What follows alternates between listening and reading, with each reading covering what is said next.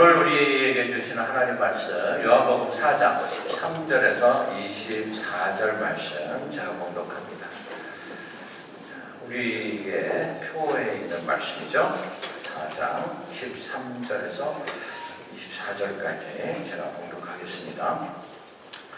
예수께서 대답하여 이르시되 이 물을 마시는 자마다 다시 목마르려니와 내가 주는 물을 마시는 자는 영원히 목마르지 아니하리니 내가 주는 물은 그 속에서 영생하도록 솟아나는 샘물이 되리라. 여자가 이르되 주여 그런 물을 내게 주사 목마르지도 않고 또 여기 물기르러 오지도 않게 하옵소서. 이르시되 가서 내 남편을 불러오라. 여자가 대답하여 이르시되 나는 남편이 없나이다. 예수께서 이르시되 네가 남편이 없다 하는 말이 옳도다. 너에게 남편 5이 있었고 지금 있는 자도 내 남편이 아니니 네 말이 참되도다. 여자가 이르되 주여 내가 보니 선지자로소이다. 우리 조상들은 이 산에서 예배하였는데 당신들의 말은 예배할 곳이 예루살렘에 있다 하더이다. 예수께서 이르시되 여자여 내 말을 믿으라. 이 산에서도 말고 예루살렘에서도 말고 너희가 아버지께 예배할 때가 이르리라. 너희는 알지 못하는 것을 예배하고 우리는 이 모든 것을 예배하노니 이는 구원이 유대인에게서 남이라.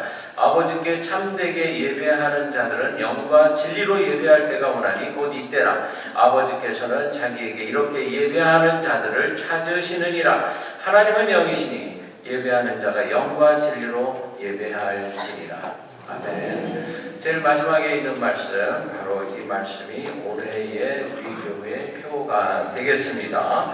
자, 그래서 우리 표를 한번 다 같이 한 목소리로 읽어보는 시간부터 가집시다. 오른쪽에 있는 배너를 한번 보세요. 시작. 치유와 기름 부으심이 있는 예배를 올려드리는 교회. 자, 올해의 주제는 예배입니다. 예배. 작년의 주제는 말씀이었는데 올해는 예배. 재작년에는 뭐였죠? 성령. 성령 충만이었어요. 자, 올해 주제 예배. 저와 여러분들이 올 한 해 신령한 예배, 은혜 충만한 예배, 성령 충만한 예배로 승리하시는 한 해가 되기를 간절히 바랍니다. 예배가 얼마나 중요한지 모릅니다. 우리는 모두 하나님의 형상을 가지고 이 땅에 태어났습니다. 하나님의 자녀들이다 라는 뜻이에요. 하나님의 자녀들은 그의 영혼이 늘 하나님을 갈망하게 되어 있습니다. 하나님을 찾게 되어 있어요. 하나님이 누구시지? 하나님이 어디에 계시지? 하나님은 도대체 뭘 하시는 분이시지? 나하고 무슨 관계가 있지? 이것에 대한 질문이 끊임없이 나와야 된다 하는 이야기입니다. 자, 그래서 여러분들이 하나님을 갈급하게 찾게 되었고 그 갈급하게 찾는 여러분들의 영혼들이 순종하고 이 자리에 나와서 예배드리고 있는 줄로 믿으시기 바랍니다. 아멘. 자, 이걸 언제 아셨나요? 오래전부터, 어려서부터 또는 장성에서 그때가 언제였는지 그거는 사실 중요하지 않습니다. 그러나 하나님께서 여러분들을 부르셨고 여러분들은 그 음성에 순종할 줄 알았습니다. 그래서 이 자리에 나오신 겁니다. 여러분의 영이 하나님의 영에 응답을 하셨기 때문에 나오실 수가 있었다는 거예요. 그러면은 갑자기 내 안에 내가 아닌 다른 내가 있나? 이런 생각이 들지 모르시겠어요? 그러면 무엇이 진짜 나지? 나는 누구이지? 이런 생각이 들어야지 돼요. 그렇죠? 자, 그러면 바로 문제는 내가 나를 잘 모르고 내 안에 있는 육이 나를 흔들고 깨뜨려서 예배 자리에 참석하지 못하게 되는 것들도 있겠네. 여러분들은 누가 진실한 여러분 자신일까? 하나님의 영에 응답한 여러분들이 진짜 여러분이에요. 진짜 나예요. 진짜 나. 내 안에 있는 나. 내 나. 내가 하나님의 영에 응답을 했어요. 그게 진짜예요. 그럼 가짜가 있나? 가짜가 있어요. 어떤 목사님이 어떤 분이 목사님한테 이렇게 질문을 했어요. 목사님, 예배 드리면서 마음이 골프장에 가 있는 것 하고 골프장 가서 마음은 교회에 있는 거 하고 어떤 게 좋아요? 그럼 어떻게 좋아요? 지금 내가 여기 앉아있지만 골프장이 눈앞에 아른아른하는 거 하고 골프장에 가서 골프 치면서 나 교회 가야 되는데 내 마음은 골프장에 있어요. 이거 하고 뭐가 좋아요? 질문 자체가 잘못됐어요. 질문 자체가. 많은 사람들이 인생에서 실패하는 이유가 뭐냐면 하나님을 모르기 때문입니다. 예배 자리에 참석하지 않기 때문에 하나님을 몰라요. 하나님보다 마귀 사탄의 공격에 무너지기 때문입니다. 우리가 욥기에서 배워야 할 것이 바로 이것입니다. 보이지 않는 인생의 공격 시작이 누구로부터 온다? 사탄으로부터 온다. 하나님은 절대로 우리를 공격에 빠뜨리시는 분이 아니다 하는 거예요. 이걸 우리가 알아야 돼요. 오늘 말씀이 바로 그렇게 마귀 사탄의 공격을 받고 고통받으면서 살던 한 여인이 예수님을 만나고 완전히 변화되는 그런 놀라운 역사를 기록한 것입니다. 수많은 간증들을 우리가 들어요. 그런데 성경 안에 보니까 정말 그런 간증이 여기 들어있네. 다른 사람의 간증은 예수님 만난 사람의 간증. 이 간증이에요. 자, 이 여인을 천국 백성으로 변화시키고 계속적으로 이 여인이 생명의 삶을 살아가게 하는 것이 무엇이라고 그러시는 거예요? 예배다 이렇게 말씀하시는 거예요. 그게 바로 예배다. 신령과 진리로 드리는 예배가 마귀를 이기게 하는 유일한 길이다. 이 말씀이에요. 그래서 주님이 모든 영혼들을 구원시켜야 하는데 구원받는 그 영들이 해야 할 일이 바로 신령한 예배를 드리는 것이다. 하나님은 영혼과 진리로 예배드리는 자를 찾는다. 오늘 말씀이 이 말씀이에요. 그래서 예배는 한 주일에 한 번만 드리는 것이 아니고 삶 속에 예배가 배어 있어야 합니다. 그래서 그의 전생애가 예배가 돼야 돼요. 나의 온 생은 예배입니다. 이렇게 고백할 수 있는 저와 여러분들 되기를 간절히 바랍니다. 그래서 주일 예배뿐만 아니라 새벽 예배를 드리는 것, 수요 예배를 드리려고 우리가 힘쓰는 것, 이 모든 것이 바로 이것 때문이에요. 나의 온 삶이 예배가 되게 하기 위해서 아침마다 예배로 시작합니다. 묵상으로 시작합니다. 설령 아침에 못 일어날 수 있어요. 새벽기도 말하는 거예요. 그래도 아침에 침대에서라도 하나님, 나 하루를 시작해요. 힘주세요. 예수님, 나 오늘 중요한 모임이 있는데 나하고 함께 동행해 주세요. 내 입술을 붙잡아 주셔서 바른 얘기 잘할 수 있게 주님 도와주세요. 이럴 수 있어요. 그래서 우리가 하나님을 찬양합니다. 그 자리에서 일어나서 지극히 높은 곳에 계신 하나님, 온 우주와 만물을 창조하시고 지금도 살아계셔서 역사하시는 하나님, 이 땅을 공의로 다스리시는 하나님을 찬양합니다. 내가 내 입술로 이렇게 하나님 찬양하는 거예요. 이 땅을 주님 손에 맡깁니다. 이 우주를 주님 손에 맡깁니다. 그렇게 고백하고 하루를 시작하면 됩니다. 제가 여러분들에게 새벽기도 안 나오고 수요 예배 안 나오면 교회도 아니요. 절대 저는 이런 얘기 안 합니다. 못 나올 수 있어요. 그러나 마음과 영이 늘 하나님을 바라볼 수 있어야 돼요. 하나님 찬양할 수 있어요. 그리고 주일 예배 안 빠지면 됩니다. 그러니까 마음이 좀 놓이죠. 지금 예배 못 나가는데 혼나는 거 아닌가? 그거 아니고 주일 예배는 빠지면 안 돼요. 거기에다 열심을 내서 새벽 기도도 나오고 금요 찬양 기도도 나오고 수요 예배 나오고 그러시는 분들은 이 땅을 책임지려고 하시는 분들이세요. 영의 지경을 넓힐 수 있어야 돼요. 내 기도의 지경을 넓혀야 됩니다. 이런 축복이 있어서 더 좋다 하는 거예요. 흔히 인간의 인생을 가리켜서 나무의 단층과 같다 그렇게 말합니다. 나무를 자르면 뭐가 나와요? 나이테가 나오죠. 겉으로 보이지 않지만 절단을 해보니까 이 나무의 일생이 거기 다 기록이 돼 있네. 이걸 보고 어느 해 가뭄이 들었구나, 어느 해 가물량이 많구나, 어떤 해는 이 나무 이 산에 불이 났었구나, 이런 걸 알 수가 있어요. 나무에 수십 년 혹은 수백 년 파란만장한 역사가 나이테 안에 다 들어있습니다. 제가 여기 솔방울을 하나 가지고 나왔어요. 이 솔방울 같이 보이죠, 그죠? 근데 소나무과에 속하지만 이 솔방울이 어떤 나무의 솔방울일 것 같으세요? 그거 혹시 알아맞힐 수 있는 분 오늘 아침 우리 찬양팀 빼고 이게 어느 나무의 솔방울일까? 모르시겠죠? 잘 모르시겠죠? 이거 되게 작은데 이게 다 큰 거예요. 보통 솔방울 그러면 큰 거는 막 이만합니다. 그렇죠? 근데 이 솔방울은 이게 다 큰 거예요. 근데 이 솔방울의 나무가 뭐냐면은 세코이아 나무예요. 세코이아. 레드우드라고도 하죠. 이 세코이아 나무의 솔방울은 요만합니다. 제가 이거를 8년 전에 세코이아 나무 밑에 가서 주워 갖고 왔어요. 제너럴 트리 밑에 가니까 이게 많이 떨어져 있었어요. 그래서 제가 2개를 가지고 왔어요. 가지고 오면 안 되나? 참, 이 집사님이 이러면 또 겁이 나네요. 그런데 이걸 내가 왜 가지고 왔느냐 하면은 8년 후 오늘을 위해서 갖고 왔어요. 그럼 괜찮아요, 그죠? 네, 괜찮네. 이게요, 돌같이 딱딱해요. 굉장히 딱딱한데 이 솔방울이 온도가 100도가 돼야지만 열려져서 씨앗이 나옵니다. 그래서 솔방울 이 나무가 있는 데는 굉장히 더워요, 거기는. 근데 이게 그러면 언제 열려지냐면 산불이 나면은 그날이 생일이에요. 레드우드는 산불이 나도 잘 타지를 않습니다. 썩지도 않아요, 잘.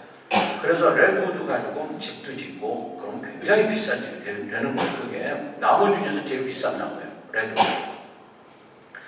이게 산불이 나면은 이게 펑펑펑펑 열려지기 시작해서 상승기류를 타고 씨앗이 공중으로 날아가요. 제 방에 가면 이 씨앗이 있는데 잣씨만할 것 같죠? 아니요. 쌀알보다도 가벼워요. 아주 가벼운 얇게 생긴 씨앗이 있어요. 이 씨앗이 공중으로 날아가서 전국으로 퍼져나가기 시작을 합니다. 언제? 산불이 나야 돼. 산불이 안 나면 이거 열려지지가 않아요, 잘. 제 방에 놔뒀을 때 언약교회에 있는데 거기가 굉장히 더워요. 120도가 이렇게 올라갈 때가 있었어요. 갑자기 뭐가 퍽퍽 하더니 터지기 시작하는데 그 밑에 이게 다 떨어져 있는 거예요. 그 씨앗이. 제가 씨앗을 전부 모아가지고 담아가지고 왔어요. 언제 심을까? 그러고 혹시 필요하신 분 있으면 저한테 오세요. 그러면 제가 드릴게요. 자, 여러분, 인생도 나무의 나이테와 같다고 그랬죠. 그리고 살다 보니까 불에 데인 것 같은 상처가 생기는 때가 있어요. 그런데 바로 그때가 내가 성장하는 때예요.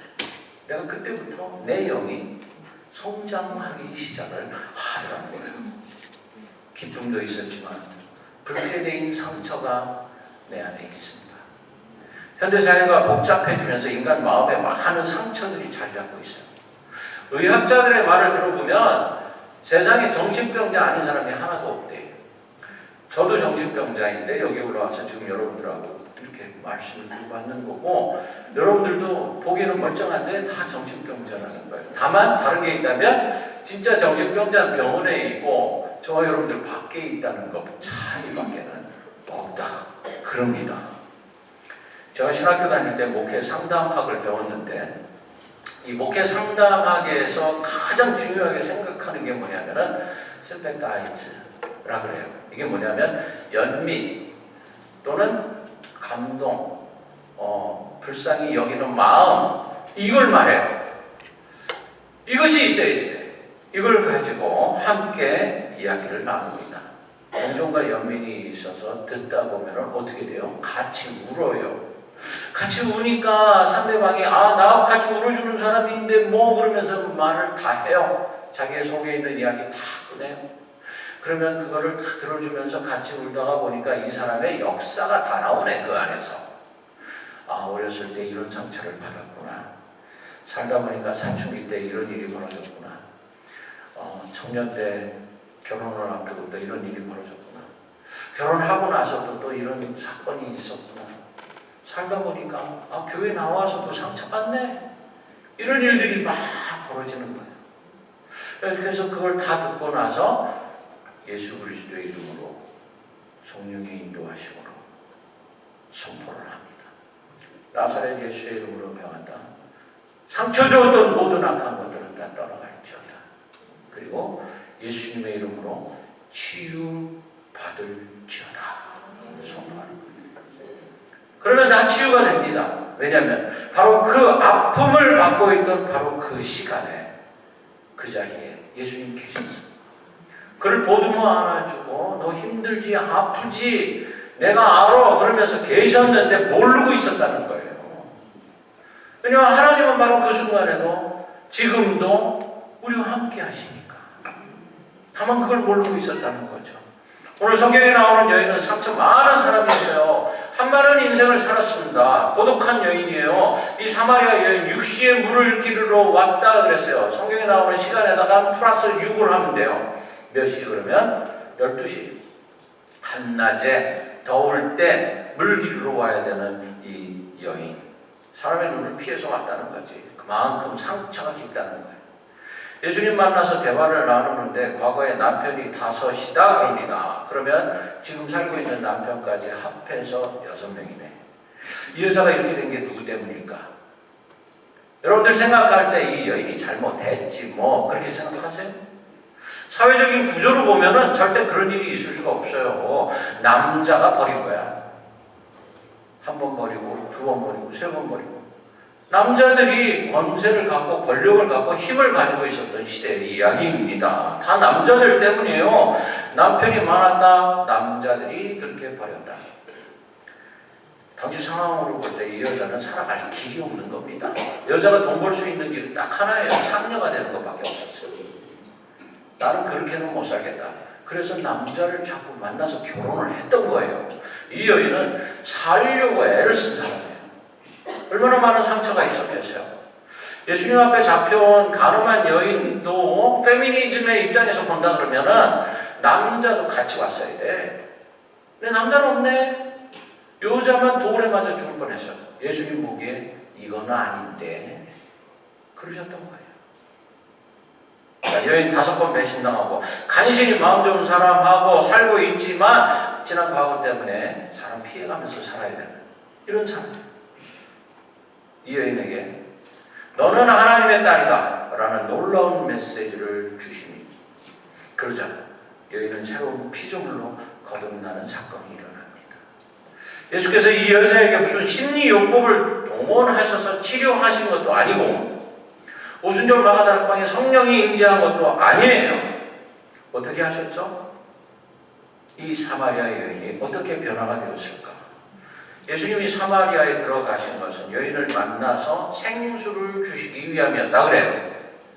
영원히 마르지 않는 물, 성령을 주시기 위함이에요. 예수님이 이 여인에게 말씀하십니다. 내가 주는 물을 먹는 자는 영원히 목마르지 아니하리니 나의 주는 물은 그 속에서 영생하도록 솟아나는 샘물이 되리라. 아멘. 자, 이 물을 언제 받을 수 있습니까? 저와 여러분들은 언제 받을 수 있죠? 예배 중에 받아야지. 예배 중에. 우리가 교회에 나와서 예배를 드리는 이유는 바로 여기 있어요. 내가 예배를 통해 생수를 먹겠습니다. 이거예요. 예수님이 야곱의 우물에 가신 거 여인에게 생수를 주기 위한 접촉점을 만들어주기 위해서 가신 거예요. 근데 이 여자가 그 생수를 달라고 했을 때 예수님이 생수를 주었어요? 그게 아니고 여인의 과거 이야기를 합니다. 숨겨졌던 아픈 상처를 끄집어내세요. 그리고 따뜻한 사랑으로 치료하십니다. 그 과정을 보세요. 16절을 보면 내 남편 불러와라 그럽니다. 여러분 생수 달라고 하는데 왜 갑자기 남편? 이 생수가 귀한 거니까는 증인이 있어야 되나? 그런 거 아니에요. 17절, 18절. 여자가 대답하여 가로되 나는 남편이 없나이다. 예수께서 가라사대 네가 남편이 없다 하는 말이 옳다. 네가 남편이 5이나 있었으나 지금 있는 자는 내 남편이 아니니 내 말이 참되도다. 사마리아 여인이 남편이 없다고 말하니까 옳다. 이렇게 말을 합니다. 예수님 더 구체적으로 말씀하세요. 5 있었는데 지금 사는 남편도 남편은 아니고 내 말이 옳다. 여인은 과거에 여러 번 실패했던 것 때문에 죄인이 되어 있었어요. 죄인이. 사회적인 구조가 그를 죄인으로 만들어놨어요. 이건 아닌데 여인이 받은 그 상처를 치료할 수 있는 유일한 방법은 예배였었던 거예요. 예배를 드렸어야 돼요. 예배란 무엇입니까? 예수님을, 하나님을 만나는 거예요. 내가 예배를 드리는 이유는 하나님의 얼굴을 구하기 위함입니다. 예배를 통해서 내 영이 소생하기 위해서요. 내가 인생을 살아가는데 부족하고 힘든 것들을 하나님으로부터 체험받기 위해서요. 그런데 예수님이 이 여인에게 뭘 줬어요? 생수 줬어요? 물 한 잔 떠서 줬어요? 그게 아니고 예배 드릴 때가 온다, 이 말씀을 하셨어요. 예배 드릴 때가 온다. 다시 말하면 내가 다시 살아나는 그날이 곧 온다. 여자가 깜짝 놀랍니다. 19절에 보면 이래요. 여자가 그러되 주여 내가 보니 선지자로소이다. 아, 내가 얘기도 안 했는데 다 아네, 다 알아. 하나님은요, 여러분들의 그 지난 과거뿐만 아니라 지금 무슨 생각을 하고 있는지까지 다 아세요.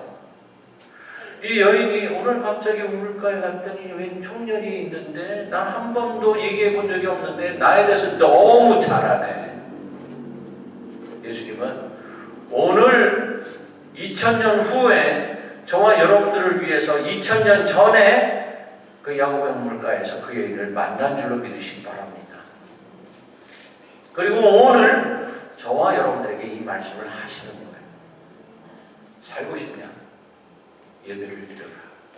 예배를 통해서 살아날 수 있다. 이 말씀을 주시는 거예요. 그래서 주님이 뭐라 그러십니까? 내가 그다. 그러세요. 내가 그다. 그 순간 그녀를 묶고 있던 인생의 쇠사슬이 끊어지는 소리가 납니다. 꽝! 그 여인은 모든 굴레에서부터 해방이 되는 자신을 깨닫습니다. 내가 지금 메시아를 만나서 세상에 이런 일이, 여인이 가만히 있을 수가 없었어요. 그래서 어떡합니까? 뛰어나갑니다. 그는 지금 마치 구름을 타고 있는 것 같아. 헐헐 날아가는 것 같아. 마을로 뛰어가면서 여러분, 내가 메시아를 만났습니다. 이 사람이 나에 대해서 다 압니다. 다 알아. 한 번도 만난 적이 없는데 다 압니다. 이분이 바로 메시아이십니다. 이렇게 외치는 거예요. 여러분, 인생은 죄로 가득합니다. 그래서 영적으로 무뎌진 신앙의 양심을 깨우시기 위해서 죄를 드러나게 하십니다. 그래서 말씀을 듣다 죄를 깨닫게 됩니다. 기도하다가 죄가 생각납니다. 어떤 때는 하나님이 옆에 말씀하시는 것 같이 그냥 막 천둥 번개치는 소리 같이 들립니다. 그럴 때 내 영이 닫아버리지 말고 열어서 그 음성을 들어야 해요. 여러분, 이 자리에 오신 이유가 바로 뭐냐면 내 마음과 영을 활짝 열어서 내가 예배의 자리에서 주님 만나겠습니다. 나에게 말씀하세요. 이러기 위해서 오신 거예요. 오래전부터 주님은 바로 이 순간을 위해 여러분을 부르셨습니다. 죄를 용서받은 사람에게서 제일 먼저 나타나는 현상, 예배의 회복입니다. 사마리아 여인은 예수님과 대화 나누다가 갑자기 하나님을 예배하는 자리로 들어갑니다. 그 자리가 무슨 자리였어요? 예수님과 함께하는 자리였어요. 예수님의 얼굴을 바라봅니다. 예수님의 형용할 수 없는 사랑의 눈길과 마주칩니다. 그는 지나온 인생 속에 가지고 있던 모든 죄악과 허물과 그리고 그 인생의 굴레를 다 벗어버리는 놀라운 체험을 하게 됩니다. 이런 기쁨의 예배를 저와 여러분들이 함께 드릴 수 있기를 간절히 바랍니다. 예배의 자리가 얼마나 중요한지 모릅니다. 우리도 이런 예배를 드립시다. 사마리아 여인과 같은 마음으로 드리는 예배, 얼마나 좋을까. 부럽죠? 참 부러운 일이 아닐 수가 없어요. 지금까지 참 많은 세월 우리가 예배를 드렸는데 그 예배의 자리가 과연 이런 기쁨의 자리였었는지 우리 스스로 한번 돌아봅시다. 세코이아 나무가 불이 나야지만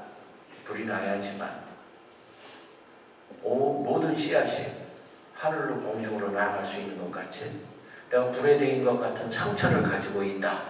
그 사람은 특별한 특권을 가지고 있는 것일 수도 있습니다. 왜냐하면 그것 때문에 내가 예배의 자리를 내가 찾아갈 수 있기 때문입니다. 하나님은 지금도 우리를 그 자리로 부르십니다. 예배 받기를 원하십니다. 그래서 말씀하세요. 신령과 진리로 예배하는 자를 찾는다. 그러십니다. 저와 여러분, 우리 2020년에 우리가 드리는 모든 예배가 이런 예배가 되기를 간절히 바랍니다. 성령 충만한 예배, 내 삶을 지배하는 하나님의 말씀이 들려지는 예배, 치유의 역사가 있는 예배. 하나님께서 나를 향해서 지금도 말씀하시는데 그 말씀을 듣고 내 인생의 결단을 할 수 있는 예배, 축복의 예배를 드릴 수 있는 저와 여러분들 되시기를 주의 이름으로 간절히 축원합니다.